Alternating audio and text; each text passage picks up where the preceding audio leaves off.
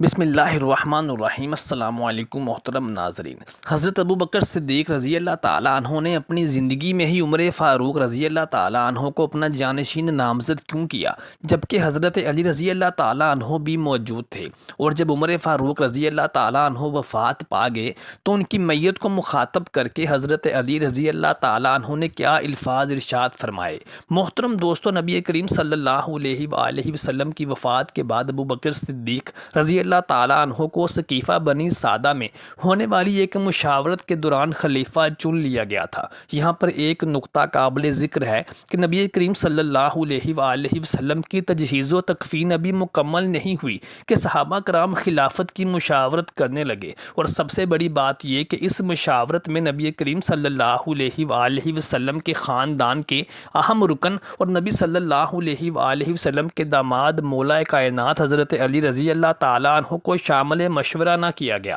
اور جب ابو بکر صدیق رضی اللہ تعالیٰ عنہ خلیفہ منتخب ہو گئے تو اس کے 6 ماہ بعد حضرت علی رضی اللہ تعالیٰ عنہ نے ابو بکر صدیق رضی اللہ تعالیٰ عنہ کو اپنے گھر پہ بلوایا اور ان سے اس بات کا اعتراض کیا کہ آپ نے سقیفہ بنی سعدہ میں ہونے والی خلافت کی اس مشاورت میں ہمیں شامل مشورہ کرنا مناسب خیال کیوں نہ کیا، جس کا جواب ابو بکر صدیق رضی اللہ تعالیٰ عنہ نے یہ دیا کہ ہم سے واقعی اس وقت ایک غلطی ہوئی کہ ہم نے حضرت علی رضی اللہ تعالیٰ عنہ کو شامل مشورہ نہ کیا، لیکن حالات اس وقت سقیفہ بنی سعدہ کی اس خلافت کی مشاورت میں اس قدر نازک رخ اختیار کر چکے تھے کہ اگر وہاں پر آپ کو بلوایا جاتا یا آپ کے آنے کا انتظار کیا جاتا تو مسلمانوں کے درمیان خانہ جنگی شروع ہونے کا احتمال تھا، جس کی وجہ سے آپ کو شامل مشورہ نہ کیا گیا۔ پھر حضرت علی رضی اللہ تعالیٰ عنہ نے حضرت ابو بکر صدیق رضی اللہ تعالیٰ عنہ کی خلافت کی بیعت کر لی تھی،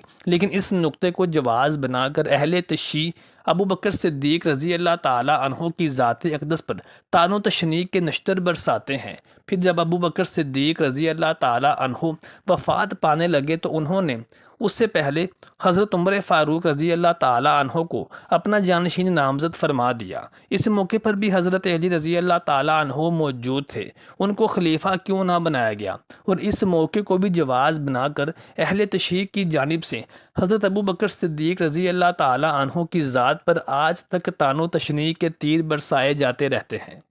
اور عمر فاروق رضی اللہ تعالیٰ عنہ نے جب خلافت راشدہ کو سنبھالا تو نبی کریم صلی اللہ علیہ وآلہ وسلم کے فرمان کے مطابق آزمائشیں اور پرفتن حالات بھی مسلمانوں پر مسلط کر دیے گئے، کیونکہ نبی کریم صلی اللہ علیہ وآلہ وسلم کا وہ فرمان سچ ثابت ہونا تھا کہ خلافت راشدہ کو ملوکیت میں تبدیل کر دیا جائے گا۔ اور نبی کریم صلی اللہ علیہ وآلہ وسلم نے ارشاد فرمایا تھا کہ میری امت اور فتنوں کے درمیان دروازہ عمر فاروق ہے، یعنی عمر فاروق رضی اللہ تعالیٰ عنہ کے دور خلافت کے اختتام پذیر ہوتے ہی مسلمان بری طرح سے آزمائشوں میں اور فتنوں میں گر جائیں گے، جس کی بنیاد اب رکھی جا چکی تھی۔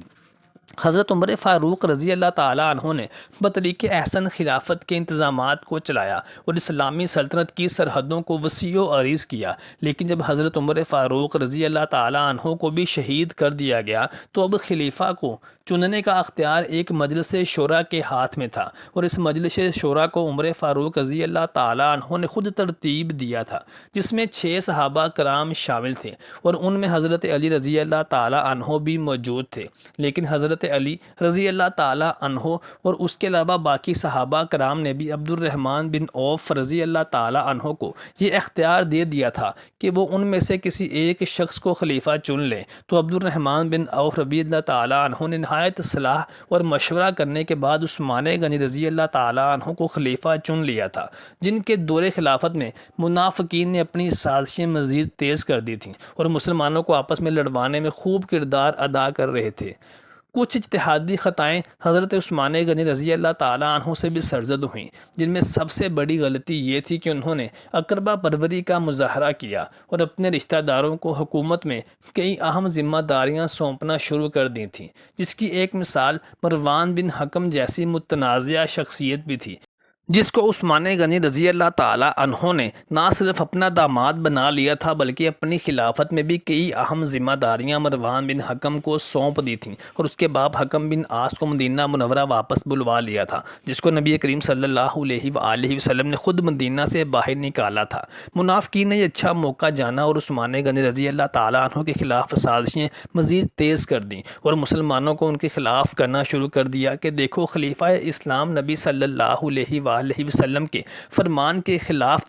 ہیں اور اپنے رشتہ داروں کو حکومت میں اعلیٰ عہدوں سے نواز رہے ہیں، اور حکم بن عاص کو بھی مدینہ منورہ بلوا لیا ہے۔ عثمان غنی رضی اللہ تعالیٰ عنہ چونکہ بنو امیہ سے تعلق رکھتے تھے، اس لیے ان کے دور خلافت میں شام میں بنو امیہ کے حکمران حضرت معاویہ بن ابی سفیان کو بھی اپنی حکومت کی جڑیں مضبوط کرنے کا موقع میسر آیا، جو کہ عثمان غنی رضی اللہ تعالیٰ عنہ کی شہادت کے بعد منتخب ہونے والے خلیفہ حضرت علی رضی اللہ تعالیٰ عنہ کے لیے نہایت پریشانیوں کا اور مشکلات کا باعث بنا، اور ان دونوں صحابہ کرام کے درمیان جنگ صفین جیسا ایک خون ریز معرکہ بھی ہوا، جس میں ہزاروں کی تعداد میں صحابہ کرام نے اجمعین ایک دوسرے کی تلواروں کی ہی بینٹ چڑھ گئے تھے۔ حضرت زید رضی اللہ تعالیٰ عنہ روایت فرماتے ہیں کہ میں حضرت عمر فاروق رضی اللہ تعالیٰ عنہ کے جنازے پر موجود تھا اور ان کی میت کے پاس بیٹھا ہوا تھا کہ اتنے میں کوئی شخص میرے عقب سے آیا، میرے پیچھے سے آیا، اور اس نے میرے دونوں کاندھوں پر اپنی دونوں کوہنیاں رکھ لیں اور حضرت عمر فاروق رضی اللہ تعالیٰ عنہ کی میت کو مخاطب کر کے کہنے لگا کہ اللہ کی قسم، میں نے نبی کریم صلی اللہ علیہ وآلہ وسلم سے بار بار یہ سنا تھا کہ میں ابو بکر صدیق اور عمر فاروق فلاں جگہ گئے، میں ابو بکر اور عمر فاروق فلاں جگہ سے واپس آئے۔ یعنی اتنی کثرت کے ساتھ میں نے یہ جملہ آپ صلی اللہ علیہ وآلہ وسلم کی زبان اقدس سے سنا تھا کہ مجھے یہ گمان تھا کہ اللہ تعالیٰ عمر فاروق کو آخرت میں بھی نبی صلی اللہ علیہ وآلہ وسلم ابو بکر صدیق رضی اللہ تعالیٰ عنہ کے ساتھ جوڑ دے گا۔ اور حضرت زید فرماتے ہیں کہ جب میں نے پیچھے پلٹ کر دیکھا تو عمر فاروق رضی اللہ تعالیٰ عنہ کو خراج تحسین پیش کرتے ہوئے ان کی میت پر یہ الفاظ کہنے والے کوئی اور نہیں بلکہ حضرت علی رضی اللہ تعالیٰ عنہ خود ہی تھے۔ اس روایت کو سامنے رکھ کر اہل تشیع کو ہوش کے ناخن لینے چاہیے کہ حضرت علی کرم اللہ وجہ الکریم تو خلیفہ اول اور خلیفہ دوم یعنی ابو بکر صدیق اور عمر فاروق رضی اللہ تعالیٰ عنہ اجمعین کے ساتھ اس قدر والہانہ اور عقیدت اور محبت کا اظہار فرماتے تھے، اور اہل تشیع ان دونوں صحابہ کرام کو ہی گالیاں دیتے ہیں اور طعن و تشنیع کے نشتر برساتے ہوئے نظر آتے ہیں، جبکہ حقیقت اس کے بالکل الٹ ہے۔ یہی نہیں بلکہ حضرت علی رضی اللہ تعالیٰ عنہ نے تو حضرت عمر فاروق رضی اللہ تعالیٰ عنہ کے اسرار پر اپنی ایک صاحبزادی کا رشتہ بھی حضرت عمر فاروق رضی اللہ تعالیٰ عنہ کو دے دیا تھا، کیونکہ حضرت عمر فاروق رضی اللہ تعالیٰ عنہ اہل بیت طہار کے ساتھ اپنے تعلق اور رشتے کو مضبوط کرنا چاہتے تھے، اس لیے انہوں نے حضرت علی رضی اللہ تعالیٰ عنہ کی ایک صاحبزادی کا رشتہ حضرت علی رضی اللہ تعالیٰ عنہ سے مانگا تھا، جو کہ حضرت علی رضی اللہ تعالیٰ عنہ نے بخوشی حضرت عمر فاروق رضی اللہ تعالیٰ عنہ کو دے دیا تھا۔ محترم ساتھیوں، امید کرتے ہیں آپ کو آج کی ویڈیو پسند آئی ہوگی۔ برائے مہربانی کمنٹ سیکشن میں اپنی رائے سے آگاہ ضرور کیجیے گا اور ویڈیو کو لائک اور شیئر کرنا مت بھولیے گا۔